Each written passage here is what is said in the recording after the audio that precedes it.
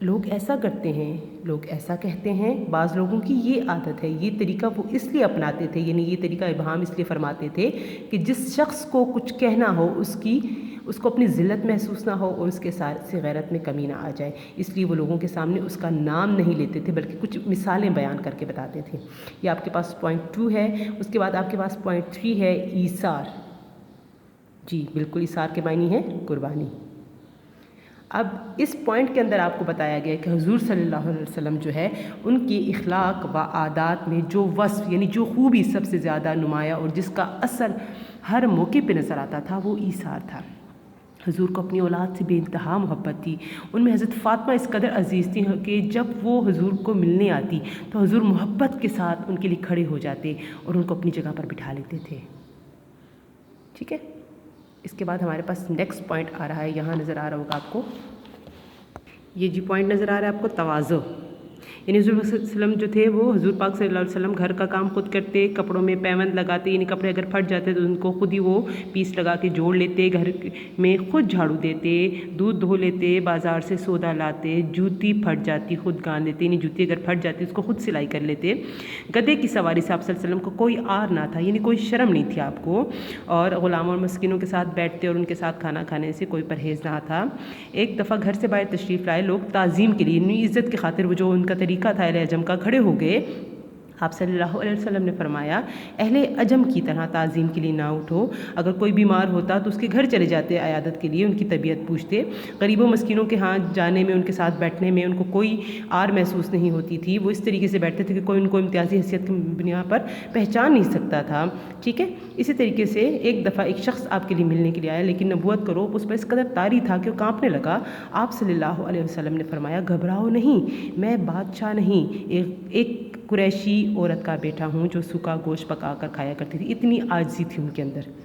اگلا پوائنٹ آپ کے پاس نظر آ رہا ہے بچوں پر شفقت۔ حضور پاک صلی اللہ علیہ وسلم بچوں سے بہت شفیق تھے، بہت محبت سے پیش آتے تھے، اور ان کا معمول تھا کہ اگر وہ سفر پر تشریف لے جاتے اور اگر راستے میں کوئی بچے ان کو مل جاتے تو وہ ان کو اپنے پاس سواری پر ساتھ بٹھا لیا کرتے تھے۔ اسی طریقے سے اگر مجلس میں کوئی تحفہ آ جاتا یا کوئی شخص جو ہے وہ حضور پاک صلی اللہ علیہ وسلم کے لیے کوئی نیا فصل کا میوہ لے کر تحفے کے طور پر پیش کرتا، حضور پاک صلی اللہ علیہ وسلم سب سے پہلے اس تحفے کو، اس میوہ جات کو بچوں کو عنایت فرماتے، ان کو پیار کرتے، اور اسی طرح وہ بچوں سے بہت پیار کرتے تھے اور لوگوں کو بھی اس کی تلقین کرتے تھے۔ ایک دفعہ ایک بدوی جو تھا وہ حضور پاک صلی اللہ علیہ وسلم کے پاس تشریف لایا، اس نے کہا کہ آپ تو بچوں سے اتنے پیار کرتے ہیں، میرے تو 10 بچے ہیں، میں نے تو ابھی تک کسی کو پیار نہیں کیا۔ حضور پاک صلی اللہ علیہ وسلم نے اس سے فرمایا کہ اللہ جب تمہارے دل سے اس کی محبت چھین لے تو میں کیا کروں۔ نیکسٹ پوائنٹ آپ کے پاس آ رہا ہے لطف طبع، یعنی کہ طبیعت میں نرمی۔ حضور پاک صلی اللہ علیہ وسلم جو تھے وہ کبھی کبھی لوگوں کے ساتھ ظرافت کی باتیں بھی کرتے تھے، انہیں ہنسی مذاق کی بات بھی کرتے تھے۔ اسی طرح اس بک کے اندر آپ کے پاس کافی سارے واقعات لکھے ہوئے، آپ اس کو ڈیٹیل کے ساتھ پڑھیں گے انشاءاللہ تو آپ کو زیادہ اچھی طریقے سے سمجھ آ جائے گی۔ ایک واقعہ میں بھی آپ کو سنا رہی ہوں، یہاں پر پیج نمبر 7 پر ہے کہ ایک شخص نے آ کر شکایت کی، حضور صلی اللہ علیہ وسلم کے پاس آئے کہ میرے بھائی کی شکم میں گرانی ہے، یعنی کہ اس کے پیٹ میں بہت تکلیف ہے۔ فرمایا، حضور پاک صلی اللہ علیہ وسلم نے فرمایا شہد پلاؤ۔ ٹھیک ہے، ایک شخص حضور پاک کے پاس آئے ہیں کہ اس کے بھائی کے پیٹ میں بہت درد ہے، حضور نے ان کو کہا جاؤ گھر میں اس کو شہد پلاؤ۔ اچھا، دوبارہ آئے کہ شہد پلایا لیکن شکایت ابھی باقی ہے، آپ صلی اللہ علیہ وسلم نے پھر فرمایا جاؤ شہد پلاؤ، یعنی اس کو پھر ہدایت فرمائی جا کے اس کو شہد پلاؤ۔ سبارہ آیا، یعنی تیسری بار وہ پھر آیا، وہی جواب ملا۔ چوتھی بار آیا تو فرمایا خدا سچا ہے کہ شہد میں شفا ہے، لیکن حضور پاک صلی اللہ علیہ وسلم کہتے ہیں اس کو کہ تمہارے بھائی کا پیٹ جو ہے وہ جھوٹا ہے، جا کر شہد پلاؤ۔ اب کی بار پلایا تو شفا ہوگی۔ معدے میں فاسد مادہ کثرت سے موجود تھا، جب پورا تن کیا ہو گیا تو گرانی جاتی رہی، یعنی کہ جب اس کے پیٹ کے اندر مختلف قسم کی غذائیں، ملغوبہ غذائیں جمع تھی جس کی وجہ سے اس کے پیٹ کے اندر بہت فاسد مادہ جمع ہو گیا تھا اور اس کا درد نہیں جا رہا تھا۔ جب وہ مکمل طور پہ اس کا معدہ جو ہے صاف ہو گیا تو اس کی تکلیف ختم ہو گئی۔ تو یہ حضور پاک صلی اللہ علیہ وسلم کے لطف طبع ہے، اس میں بہت سارے واقعات ہیں، بیٹا آپ نے تسلی سے اس کو آرام سے ڈیٹیل کے ساتھ پڑھنا ہے تو آپ کو زیادہ اچھے طریقے سے سمجھ آ جائے گی اس کی۔ نیکسٹ پیج پر صفحہ نمبر 8 پر اگلا پوائنٹ ہے اولاد سے محبت۔ اولاد سے حضور صلی اللہ علیہ وسلم کو نہایت محبت تھی، ان کی روٹین تھی، معمول تھا کہ جب کبھی سفر فرماتے تو سب سے آخر میں حضرت فاطمہ الزہرا کے پاس جاتے اور سفر سے واپس آتے تو سب سے پہلے بھی انہی سے ملنے کو جایا کرتے تھے۔ ان کے جو صاحبزادے تھے امام حسن علیہ السلام اور امام حسین علیہ السلام، ان سے حضور پاک صلی اللہ علیہ وسلم کو بہت محبت تھی اور فرمایا کرتے تھے کہ